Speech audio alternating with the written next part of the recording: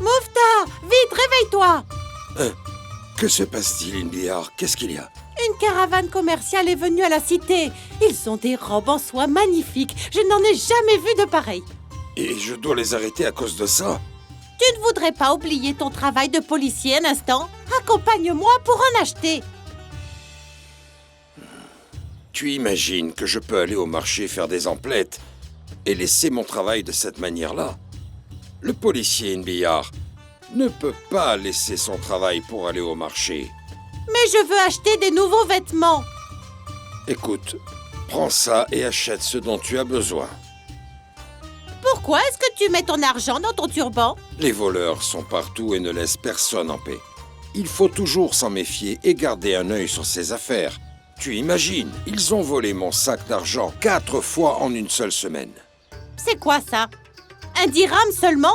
Ça ne m'achètera même pas un morceau de tissu, figure-toi. Je te remercie, Inbiar. Reportons dans ce cas tes achats jusqu'à l'arrivée d'une autre caravane. Il y a toujours des caravanes qui viennent.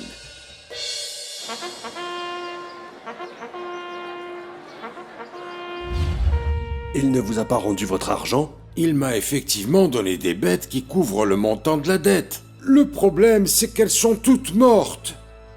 Mais est-ce que les bêtes étaient malades au moment où il vous les a données? N'oublie pas que tu as juré de dire la vérité. Honnêtement, non, elles n'étaient pas malades quand je les ai reçues. Mais elles sont tombées malades et ont fini par mourir. Alors il n'a pas été injuste envers vous. Oui, mais figurez-vous que la caravane dans laquelle nous étions associés est arrivée à la cité et il a gagné grâce à ça beaucoup d'argent. Alors j'ai le droit d'avoir une part de mes gains. Mais vous n'avez plus aucun droit depuis que vous avez rompu le contrat et que vous avez récupéré votre capital. Alors lui, il gagne tout seul et moi je perds tout seul. C'est une question de grâce divine. Et les juges sur terre ne sont pas concernés. Gloire au Dieu Tout-Puissant qui, seul, contrôle le bien dans le monde. Vous avez raison, monsieur le juge. C'est un jugement très correct. Je dois refuser votre éloge. Faire des éloges à un juge signifie que ses décisions peuvent être blâmées ou critiquées, et ce n'est pas acceptable. La séance est levée.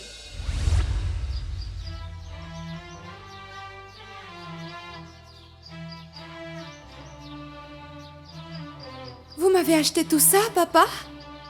Est-ce qu'il existe pour moi quelque chose de plus cher que toi? Mais c'est beaucoup trop, papa. Dans ce cas, tu n'as qu'à en offrir à Wadida ou à d'autres femmes qui sont dans le besoin. Je dois leur offrir les nouvelles robes que vous m'avez achetées? Bien sûr, ma fille. La charité, ça consiste à donner ce qu'on aime aussi. Ces merveilleux cadeaux que vous m'avez faits ne vous dispenseront pas de me continuer l'histoire de la Dame Marie. Bien sûr, bien sûr. Nous nous sommes arrêtés lorsqu'elle mit au monde Jésus le Christ, paix soit sur lui, qui lui parla dans son berceau, pour lui montrer où étaient l'eau et les dattes. C'est bien ça. Il lui conseilla de rester silencieuse face aux gens. La Vierge Marie revint donc au temple en compagnie de son bébé. Étant rassurée de savoir que le Seigneur accompagnerait cet enfant pur. Tu as vu Aruba? N'est-ce pas Marie, la femme, là-bas? Si. Qu'est-ce qu'elle porte dans ses mains? Je pense que c'est un nourrisson.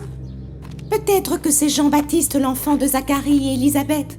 Non, non, non, ce n'est pas lui. Jean-Baptiste a grandi et il marche maintenant. Je l'ai vu il y a 1 heure avec sa mère au marché. Alors dans ce cas, qui est ce nourrisson? Je ne sais pas. Marie n'a pas de relation avec les gens. Alors d'où vient donc cet enfant? Ne sois pas convaincu par les apparences, Idylle. On n'en sait rien finalement. Je crois qu'on devrait garder ça pour nous. On ne doit en parler à personne, Aruba. Bien évidemment, c'est la réputation d'une fille vierge qui est en jeu. On doit sans aucun doute garder ce secret.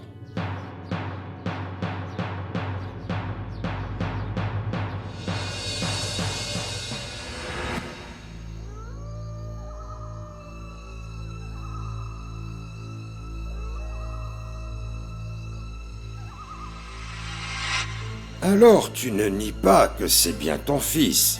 Pourquoi tu restes silencieuse, Marie? Je vous l'ai déjà dit, qu'elle a voué un jeûne à Dieu. Elle ne parlera à aucun être humain. Un jeûne? Et la pécheresse jeûne-t-elle? Ça suffit. Et je t'interdis de dire encore un mot au sujet de Marie. Nous ne sommes pas ici pour entendre les conversations des femmes. Marie, tu fais une chose vraiment monstrueuse. Ton père n'était pas quelqu'un de mauvais. Et ta mère n'a jamais été une prostituée. Comment peux-tu nous expliquer ce qui s'est passé? Mais qu'est-ce que tu fais, enfin? Est-ce que tu te moques de nous? Comment peut-on parler à un enfant qui est encore dans son berceau? Le nouveau-né Jésus, que la paix soit sur lui, répondit « Je suis le serviteur de Dieu qui m'a donné le livre et m'a désigné prophète. Il m'a rendu béni où que je sois, et il m'a recommandé la prière et l'aumône tant que je vivrai. » Le nourrisson est en train de parler. Et il parle bien mieux que nous. Le noble prophète regarda sa mère Marie et dit « Dieu m'a aussi recommandé la bonté envers ma mère. Il ne m'a fait ni violent ni malheureux. Et que la paix soit sur moi le jour où je naquis, le jour où je mourrai et le jour où je serai ressuscité vivant. » Je pense que la chose est claire. Il n'y a pas de raison qu'on reste. Nous nous excusons, chère femme virtueuse. Merci au Dieu Tout-Puissant. Il n'y a plus de danger, Marie.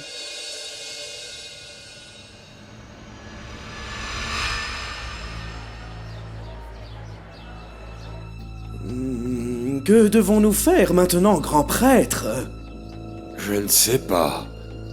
Nous ne pouvons pas nier ce que nous avons vu de nos propres yeux et ce que nous avons entendu aussi. Si nous essayons de nier, tout le monde se moquera de nous. Le problème, c'est que si nous ne disons rien, nous acceptons le miracle et la naissance d'un nouveau prophète. Quoi? Suivre un bébé dans le berceau? Un bébé qui finira bien par grandir, et tout comme il a parlé dans le berceau, il nous amènera des versets de son Seigneur, et à ce moment-là, nous serons bien obligés de croire en lui. Oh, ça veut dire que les gens vont s'éloigner de nous, et nous perdrons nos intérêts et notre commerce. J'ai une idée. Nous ne dirons plus rien à propos de cet enfant, comme si rien du tout ne s'était passé. Et quel en serait l'intérêt?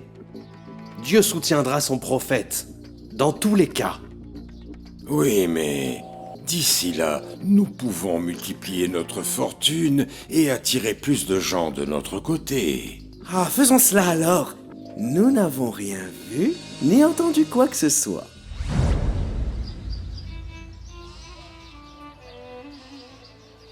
Marie, viens me montrer le palmier d'où tu as mangé les dattes fraîches. Je laisse Jésus tout seul ici? N'aie pas peur, il est en train de dormir. Jean-Baptiste va le garder. Que Dieu bénisse Jean-Baptiste. Mais je ne peux pas laisser Jésus une seule seconde, ma tante. C'est le Seigneur qui garde et qui protège ma fille. Je sais, bien sûr. Mais Jésus est sous ma responsabilité. Parce qu'il n'est pas seulement un nouveau-né. Il est un prophète. Un prophète qui sauvera les gens de leurs douleurs et de leurs maux. Je l'ai entendu parler. Et je sais qu'il y a une grande souffrance qui l'attend. Le prophète Zacharie a passé toute sa vie à essayer de convaincre les gens, mais la plupart d'entre eux n'ont pas cru en lui et lui a causé du mal. Je ne me sens pas à l'aise dans cet endroit, j'ai peur. Dieu sait que je ne crains rien pour moi. Mais je m'inquiète pour la responsabilité que j'ai entre les mains et que je tiens dans mes bras.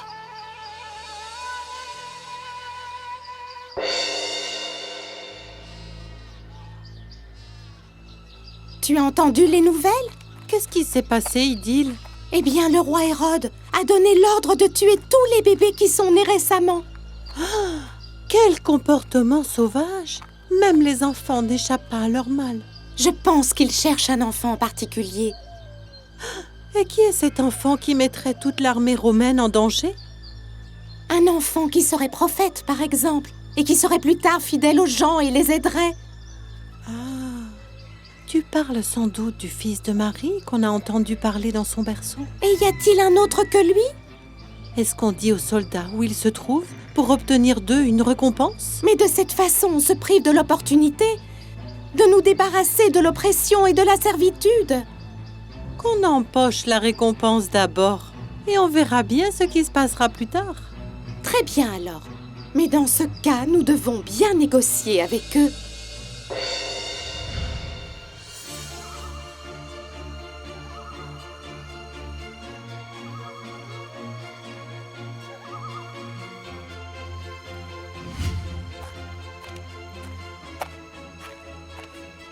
Tu dois fuir tout de suite, Marie. Fuir? Pour aller où? Qui est là? Je suis le soldat Isclis de l'armée romaine. Où allons-nous partir maintenant?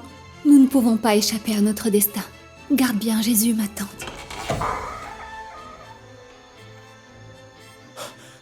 Bonjour, honnête dame Marie. Que se passe-t-il, soldat? Vous devez fuir tout de suite. Les soldats de l'empereur Hérode vont arriver dans un moment. Merci, soldat. Je vais le faire, mais... Une caravane va passer par ici pour aller en terre d'Égypte par le désert de Sinaï. Essayez de les rejoindre. Allez, Marie, dépêche-toi. La terre de Sinaï? La terre de Sinaï où le prophète Moïse s'est réfugié et a parlé avec le Seigneur? Je vais vous montrer le début de la route. Pardonnez-moi, je ne pourrai pas vous accompagner. Le son des chevaux qui s'approchent. Dépêche-toi, Marie.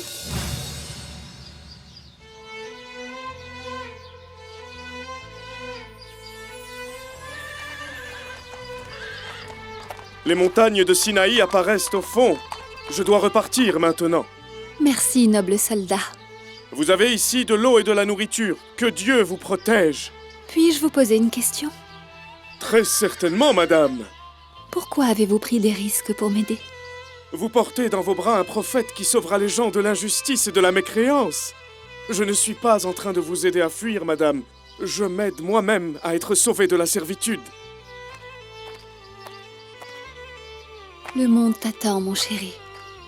Pour que tu grandisses et que tu ravives l'amitié et la paix. Sois victorieux pour le bien des vulnérables et des opprimés.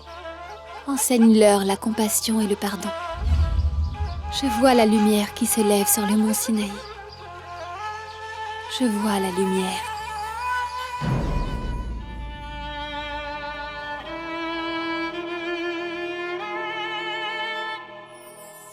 Au nom d'Allah, le tout miséricordieux, le très miséricordieux. Puis elle revint auprès des siens avec l'enfant dans ses bras. « Ô Marie, lui dirent-ils, quel acte monstrueux as-tu commis là? Ô sœur d'Aaron, ton père n'a jamais été un homme dépravé, ni ta mère une femme prostituée. » Marie leur fit signe de s'adresser à l'enfant. « Est-il possible, s'étonnèrent-ils, de parler à un enfant encore au berceau? »« Je suis, dit l'enfant, un serviteur de Dieu. Il m'a donné l'écriture et a fait de moi un prophète.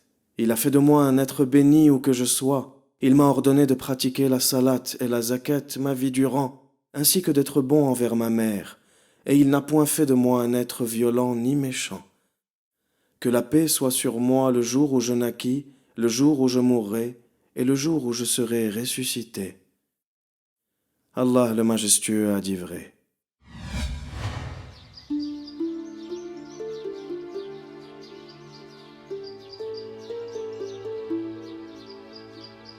Est-ce que la Dame Marie et son enfant ont survécu? Bien sûr, ma fille. Le prophète de Dieu Jésus vécut avec sa mère en Égypte, et puis retourna à Jérusalem, lorsqu'il grandit, pour inviter les gens à adorer Dieu. J'ai beaucoup apprécié la Dame Marie, papa. Elle est le symbole de la tendresse et de la douceur, vous ne trouvez pas?